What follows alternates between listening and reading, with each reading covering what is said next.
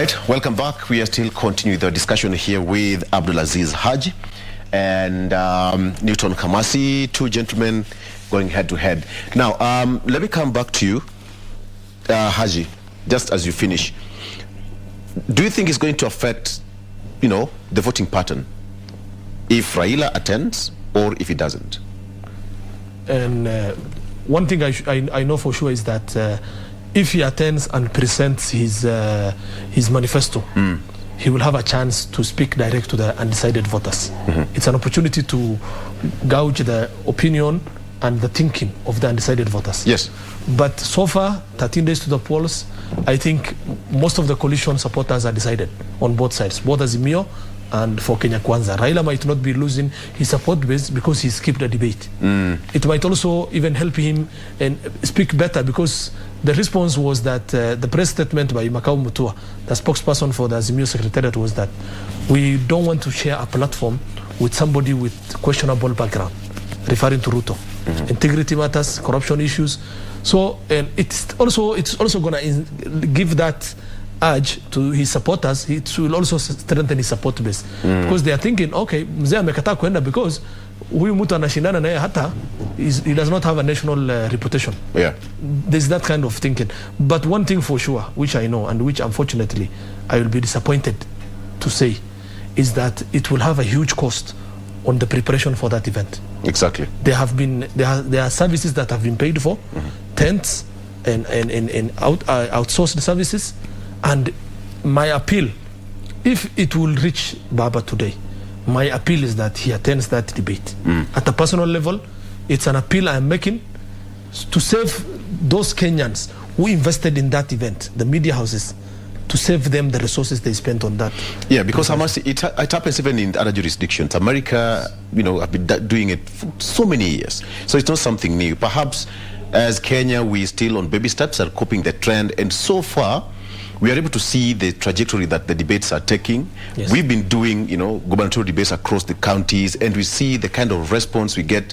When you get to the counties down there, you get real feeling and sentiments from the wananchi themselves. So perhaps it gives a different perspective to a politician when he's one-on-one, on a sober note, articulating their issues. But he's talked about something quite important: the cost that come with it, because as media houses, you can imagine the personnel, yes, months and months of preparation. It runs into hundreds of millions of shillings. Yes.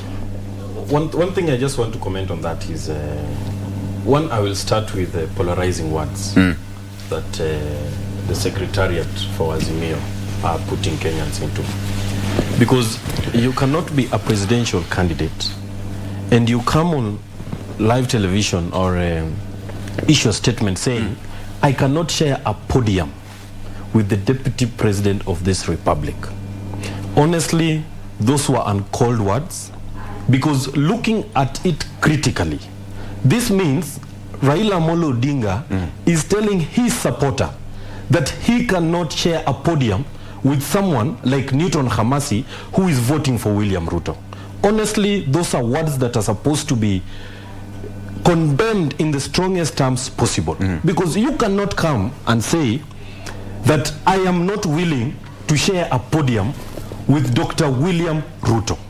Honestly, in its own business, it just reflects on how you as a person view your competitor. You have accused Dr. William Ruto of all lies of this world. You have been given an opportunity to come and substantiate in his presence. Because what we have seen Raila Amolo Odinga in this particular part of the country castigating or calling our presidential candidate all sorts of names. We saw what happened with the deputy president debate. People have been castigating our deputy president, Rigathi Gachagua, to be this person who cannot lead, to be this person who cannot do this. But during the debate, Kenyans witnessed something they have not been seeing from the media. That brings to a different question, that it gives a different view of a personality. Exactly. It brings out the true personality of this person you want to elect. Because maybe people outside there, they have been placed in this imagination that Baba na Mama, yes, come on the podium, in the debate, in the presence of your competitor, raise the concerns you have been raising about your competitor in broad daylight, in his presence. We have heard that when media stations are having interviews, you cannot discuss someone who is not present. This interview, as you said, it is costly. But something I want to say, it is not only costly to the media station and to the organizers, but it is costly to the Kenyan people. Because the Kenyan people are here ready, willing and ready to listen to the plan that these two or these four presidential candidates have for this country. So you boycotting it shows disrespect, the highest disrespect to the people of Kenya, the highest discontent, the highest level of unreadiness to lead this country. And honestly speaking, Raila Amolo Odinga should detach himself from the comments of the Secretariat and attend that particular debate, just to ensure that, to make sure that that Kenyan who is a supporter of Azimio and that Kenyan who is a supporter of Kenya Kwanza can sit on the same table, have a meal, have a political discourse, and go different ways without having any animosity amongst them. But when he says that I cannot share a podium with my competitor, Dr. William Ruto, honestly, that speaks a lot. And in the end, it is going to polarize the supporters, be it in Azimio and be it in Kenya Kwanza. And that is somewhere we don't want to go back to as a country. Haji, politics in Kenya is quite an interesting one, because everybody is pulling towards his side. When you talk of Honorable Jakoya, say that I'll not share a podium, I'll not go to that debate unless 1, 2, 3. Yes. The same as Honorable Raila Odinga, 1, 2, 3.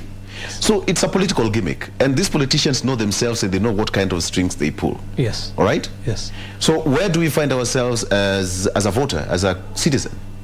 Because we're now torn between either go to Fafajariko or go to Kwea.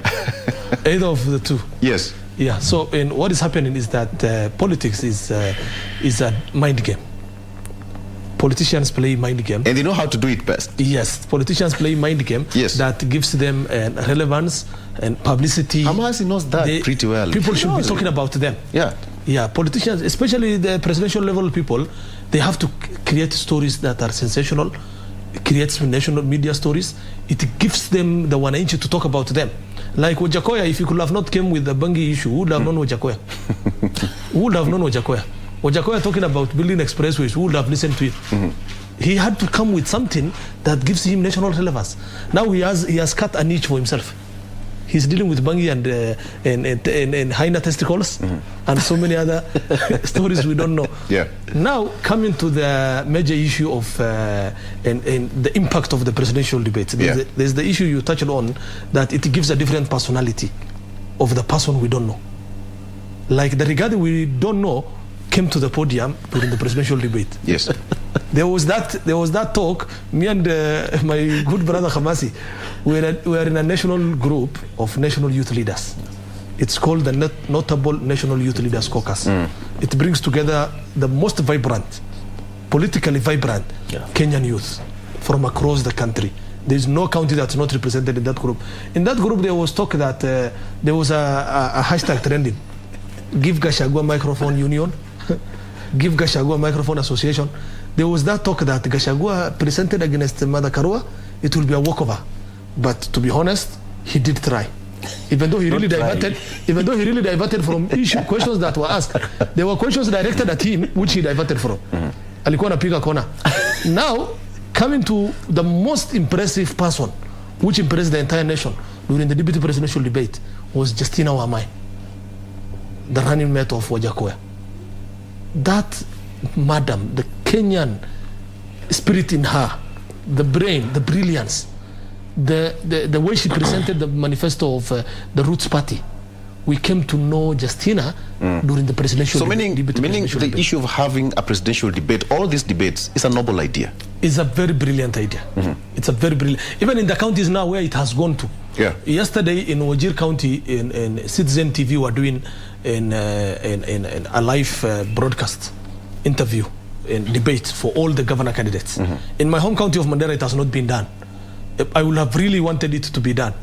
either by KBC or any other TV station. Good. I hope my boss is watching that. It will be a wonderful thing. In Mandera, CS Adan Mohammed versus former Rift Valley PC Hassanur Hassan, yes, and current Speaker of the Mandera County Assembly, Mohammed Adan Khalif.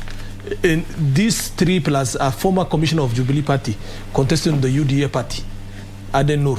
These four candidates being brought together in one place, even if they will be given 30 minutes each to present their manifestos, it will be brilliant. What Citizen TV did in Wajir, it gave the people of Wajir the opportunity to know some of the candidates they never knew. Because not everybody is attending rallies in rural parts of that county. Like Wajir is vast. It's the size of Central and Western combined. It's the size of 2 provinces. So somebody, a young governor candidate from America, a young man called Siad, people never knew about him. Okay. But let's talk about the political capital someone would gain from this presidential debate. You talked about Justina, and she's been the talk of the town because ever since that happened, people saw a different side of her that we didn't know. Yes, exactly. We are trying to get to a situation where it's the final lap. Yes. And this is the last bit of the presidential debate, so to speak. I'm told we are running out of time. But let's talk about the political capital that one gains or loses by attending or not attending. The political capital about it is one, when you attend this political debate, the presidential or any other competition debate, yes, it gives you an opportunity, one, to be questioned and to respond to the allegations that people say about yourself. And you see, in politics, it's about your integrity, your personality. You have to defend it by all means necessary. And when in politics, people go outside there to create sensational comments just to make you look bad. But in the real sense, you are never there to defend yourself. And these debates give you that political value of debunking these wrong stories, these untrue comments that are made against yourself. And we saw it very successfully with the deputy president debate. Rigathi Gachagua came out as a different person that the media and the other people outside there, the competitors, have been selling him as, that he cannot lead. Yet he came out and he showed leadership. He's a father, he's a husband, 2 children he has schooled, and a home that he has held together. So these debates give you that opportunity to come out and defend your character. Because in politics, there's something called character assassination. Yes. People go into politics to destroy you. Yeah, to destroy your character. That is the trend of the game. Exactly, to destroy your character. Yeah. But this debate gives you a fair play. Because one politician is on the other side, another one is on the other side, just talking. And it's about issues, generally speaking. Yes. Right. So, and if you don't show up for such debates, it shows how untrustable you are. It shows the fear of losing an election. You're just expressing that I cannot beat this person, so let me run away from... even the other day we said, if Raila Amolo Odinga considers to go to Fafa Jericho, we will send Oscar Sudi to go and debate him on that side. Come on, Amashi. Okay. Yes, Amashi is making sensational statements, which are... Right, final words, kindly. So one thing for sure, in attending a presidential debate, or even a deputy presidential debate, the gains are very many. Right. The gains are plenty. Because even responding to that invitation by the media itself, it's an honor. The same media that has given you a platform of allocating you journalists, giving you the opportunity to present your national agenda, it's an honor itself, number one. Number two is that they are undecided voters you need to speak to. They have not watched your rallies, they don't read on newspapers, but those 2 hours they are seated in their house to watch you can do you a favor of convincing that undecided voter. Number 3, which is more important, is your agenda being presented in a national televised debate, where you will argue with your opponent based on the real issues that are in the various manifestos. It's a very important thing. Thank you. Gentlemen, I'm told we're running out of time, but just 1 second. Are the politicians friends? Are they friends? Yes, we are friends, like myself and Haji here. Thank you. This is a sign of friendship, and maybe my small comment will be, as a country, peace is critical. Peace is critical. Let us go and participate in this electoral process, democratic process, with peace in mind. We have a country to protect. Honorable Raila Odinga and Deputy President William Ruto, are they friends? Yes, they are friends. They're friends. Yes. Politically, they're not. Yes. Just ideas. Yes. Okay, let's leave it at that particular point. I'm told we are running out of that. Has been Abdulaziz Haji, who is the national chairman of Kenya Pastoralist Youth Congress, and Newton Kamasi, who is the spokesperson of Democratic Party. We've been talking about Matthew's presidential debate, and this is the point that we have to leave it at. Let's wait and see how it will pan out later in the evening. Meanwhile, let's take a break, but when we come back, we're heading straight to the Radio Taifa, where we're having a discussion there with the commissioner, that is Honorable Philip Okundi. We'll be right back with that.